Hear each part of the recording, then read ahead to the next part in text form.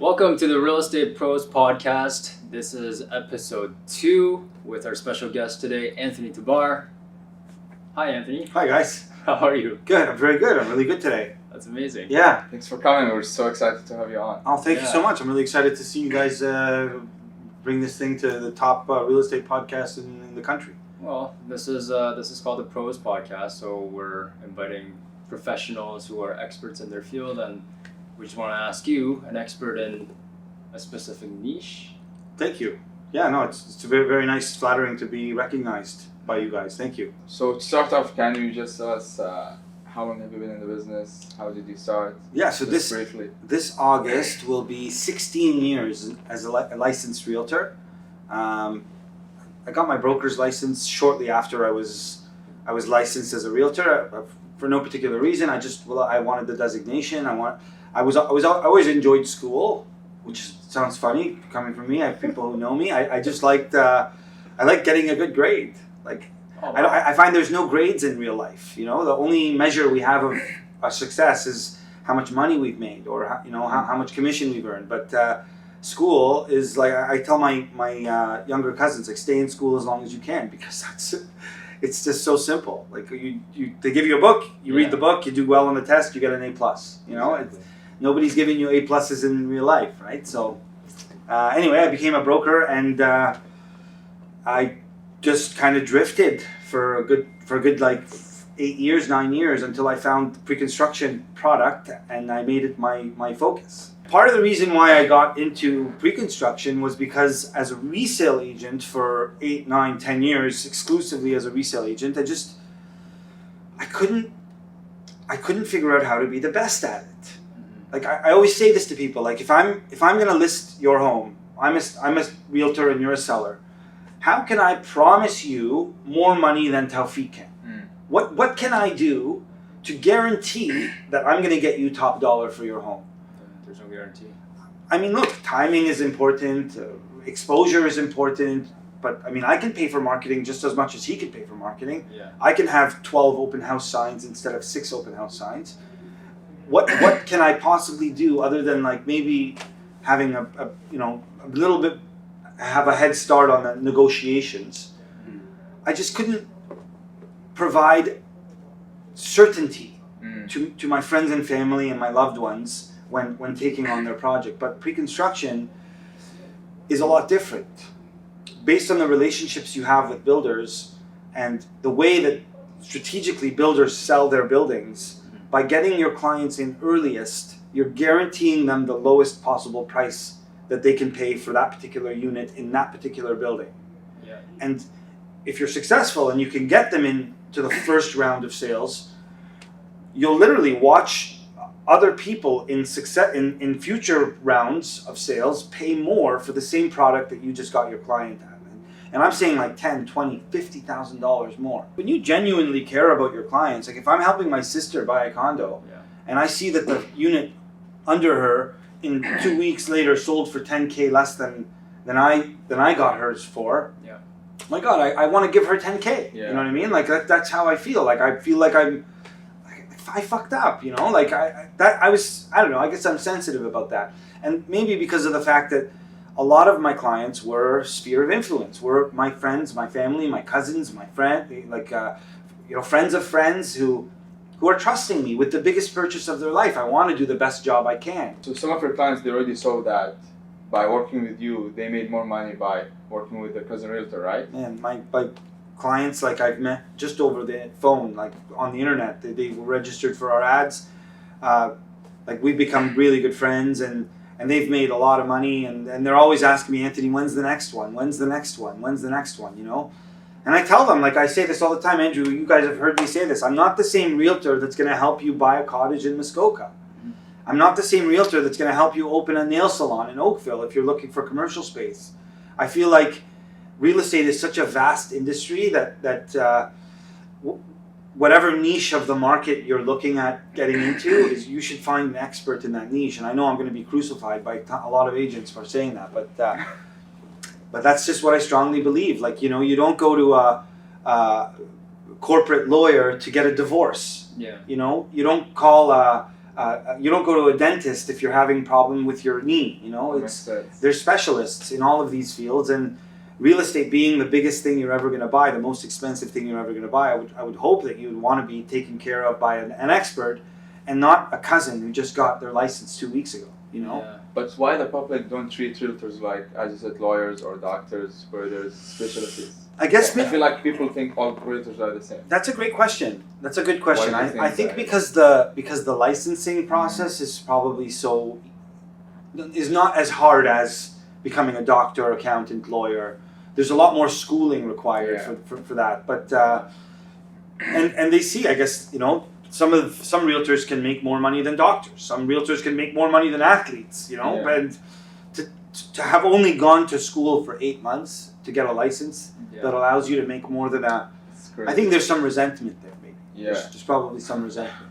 I think the schooling really begins when you actually get licensed and then start working. Oh yeah. Oh, the school teaches you how not to get sued. It doesn't teach you how to build a business. Yeah. That's true. It does not teach you how to build a business. It's just a license that you take courses on how to identify what's a client relationship versus a customer relationship. Yeah. You know, it's these kinds of things, right? So, Constantly changing the regulations. yeah. But it's been fun, man. It's been great. It's honestly, we picked a business like you guys are in as well. That it's a relationship business. It is. Pre-construction tends to be more transactional, but if you can find a way to fuse the two and actually make relationships with these transactional clients that you meet off the internet, there's like some really beautiful friendships have been made over the years. Yeah. So did you start noticing that you get more referrals from pre-construction after your clients are seeing that tangible results, that they worked with you and they made 50,000 in a matter of a couple of months because they bought with you instead of buying with another realtor? Is that... I honestly, I have this like obsessive compulsive disorder that when I am interested in something, I want to know it from like the back of my hand. And I don't say this to brag, and I don't say this, to make myself look any better, but I can't tell you how many conversations I've had with people, internet leads on the phone, that don't even go anywhere. They don't ever even turn into a transaction, but they tell me the amount of value that they got from just a 45-minute call with me is better than any other call that they've ever had or any other registration that I feel like nothing is scary if you explain it properly, if you're prepared for it. And pre-construction, man, the contracts are like this, who actually sits there and reads it? Like, even people who have bought pre-construction condos before in the past but haven't closed yet, when I talk to them and I explain to them the process, they're like, wow, my last guy didn't tell me any of this stuff, Yeah. And it's just, you know what, we were spoiled the last few years. Sales offices were selling units themselves. You just literally had to walk people in there and people would buy without them even knowing. They're buying blindly, Yeah. So I think that, to me, what's more important than the commission I make on a deal is the fact that I can tell my clients, I told you so. To me, that gives me the satisfaction that, like, I know this job, I know this business, and I genuinely believe that if any person in the public was to buy a pre-construction condo, they would be better off working with me or somebody who knows as much as I do than working with somebody who doesn't. Yeah. But with pre-construction, I just became obsessed with it. Mm-hmm. And I wanted to know everything. I've read contracts from different lawyers, the way that they draw up, like Brady's and McMillan and Harris Schaefer and all these big name lawyers that represent a lot of the developers. I got used to their contracts. Like, I can literally tell you what page to go to find out closing costs in a 72-page document. Yeah. And I think that speaks volumes to clients. I think that it makes them feel more comfortable about their purchase. It makes them know that there's somebody who's looking out for them. Yeah. Question, is the pre-construction in other countries same as here? Like for realtors? Funny, I've been recently approached by a developer in Dubai, and he's asking me to go and sell a project for him there. We can go together. I'd love to, and maybe you can help me translate some of the Costa Rica. Yeah. Yeah. And Costa Rica, we're selling in Costa Rica. We're selling I know another colleague of ours in the industry who does what we do. They sell a lot in Miami. Yeah. But honestly, like now, with the way that the government has changed the taxes on assignments, Yeah. it's all like the long-term vision, even with a pre-construction condo, couldn't be more true to me. Like I'm not pushing assignments too much. I always talk to clients and I always tell them, listen, always buy with the intentions of closing. Yeah. Never buy something that you can't afford. Never over leverage yourself, because that's when your back's against the wall. It's funny, the real estate gods work in funny ways. When your back's against the wall, that's when you're not gonna make any money. But if selling on assignment makes sense and you need the money to do something else in your life or whatever, then fine, use it. But don't buy and over leverage yourself with intentions of assigning, because you're seeing how many people are in trouble right now. Yeah, that's true. It's from over leverage, as you said. And It's from obviously over there's leveraging, opportunities. and it's by not buying at the right time and maybe getting advice from the wrong people and not buying in the right project. So I'm seeing, like, I'm on all these WhatsApp chat groups and I'm seeing so many distress sales, like selling below cost, that people bought these like 3-4 years ago. That never happened before. That's bad, yeah. Man, in 2015-16, you could throw a dart on the city of Toronto, on the city of the GTA, And make money. and wherever it hit, you would have made money. Yeah. Now you couldn't be further from the truth. You have to be very careful about where you buy, and not just where you buy, the unit you're buying. Yeah. Like the layout of the unit that you're buying makes such a difference. Yeah. What would you say about? Do you think it's better opportunities for buyer to look at assignments now or look at pre-construction? So both have good advantages. I still think that there are great pre-construction projects out there. There are amazing incentives that we have never seen before. Like there's 10% down in downtown Toronto, not closing until 2026, 2027. Yeah. Like we didn't see that 2 years ago. We didn't see that. Like that never happened. Hamilton has some really good incentives, buying with 5% down.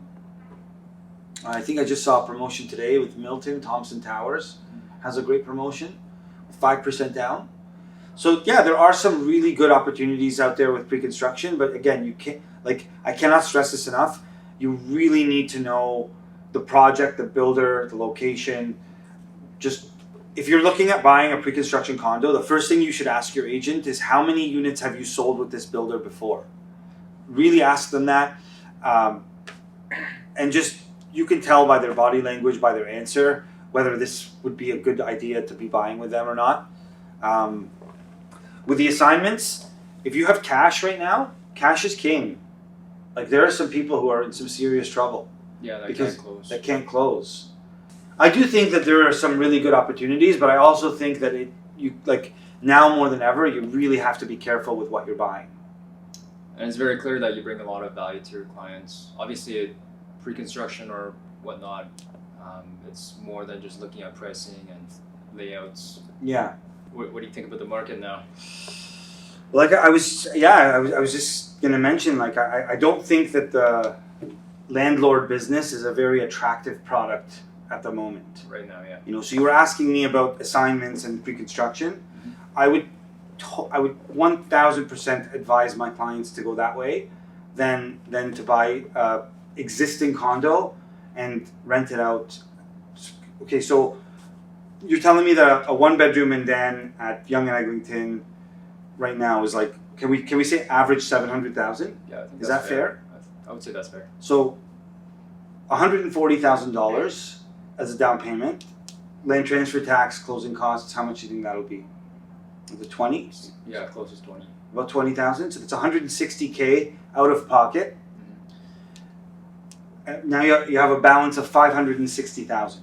What is that renting? What does that cost you every month? For mortgage? Yeah, Mortgage, maintenance. it's about $650 for every $100,000. Yeah. So 13, 26, and it's about close to $3,800. $3,800 a month before maintenance fees and property taxes. Yeah, That's correct. another 700. 700. Yeah. So you're at 38 plus 7. You're at $4,500. What are you renting that one bedroom in Den for? Midtown right now, about 2,700. 20. Let's call it 3,000. Well, imagine we can get 3,000. Sure. Yeah. Why not? You rent it for 3,000. You're still out of pocket $1,500 a month. Yeah. And what if your tenant doesn't pay you? Oh, that's That's another true. story. You know what I mean? Yeah. So that doesn't sound like an investment. I don't want to put $160,000 out of my pocket, pay $1,500 a month, and not be able to sleep at night. I would take that $160,000 and I would go buy something at 5-10% down. You're getting crazy incentives Yeah. Yeah. Incentives. Yeah. with like, you know, make sure it's a longer closing. If you could take that $160,000 and buy an assignment with it and beat the seller up and buy it for less than he paid, Yeah. you know, that's another option. Again, I'm going to be crucified. To buy to buy an existing condo right now in the city and rent it out, and to be negative cash flow that much, it's just, to me, the risk is not worth the reward. I would buy something pre-construction, wait out this storm, because everything is cyclical. Once that interest rate comes down below 4% again, which it will, Yeah. we just don't know when, but it will, you're going to see these prices skyrocket. And if you can avoid this negative cash flow over the next couple of years and get into something that's, you know, at least, look, you buy something pre-construction and in 4 years it doesn't even go up $1, but I know the rents will, Yeah. the interest rate will come down. Yeah. It just looks a lot more appetizing to me. What's in the plans? What's in the books for the next few years for you? Yeah. That's a great question too. I still enjoy it. I still have the thrill of helping people buy pre-construction condos. I think what I want to do now at this stage in my life is build and develop agents who have the same vision as I do. Help fast forward their learning curve. Like, I didn't have anybody who showed me the ropes. I literally had to just do it all by visiting pros who sold pre-construction. Like, I would go to builders' sales offices and I would listen to some of the greats. Like, I have a few guys in the industry who work on the builder side who I just love listening to them talk. Like, listening to them talk is like a wealth of knowledge. I get all this new things to say, new perspectives on how to look at things differently and just understand it better from that side. And it just helps me explain it to the clients better. So I want to be that wealth of knowledge to junior agents who are looking to learn pre-construction and to become better at it. You absolutely are. Yeah, thank you. Thank you so much. Yeah, that's my goal. Yeah. And it's not only that, like, you have wealth of knowledge, it's fun to work with you. Thank you That's very also much. important. I look forward to many more with you guys. Yeah. Yeah. Same. Where can we find you on social media? Yeah. So you can find me at Anthony Tabar on Instagram. I'm also on TikTok, but like, I'm not on TikTok like at all. I went through like 2 weeks of what I thought I was going to be his TikTok star. Actually, don't look at my TikTok. Facebook, Anthony Tabar. Email at anthony@thecondocorner.ca. You can also follow our page, our business page with Imran at the Condo Corner. Or just give me a call. I'm old school. I like talking on the phone. Call Tawfiq and Andrew and ask them for my number. Awesome. We'll give it to you. Thanks so much. Thank you. Thank you, guys. Thanks for visiting. No problem. Thank you guys. That was fun.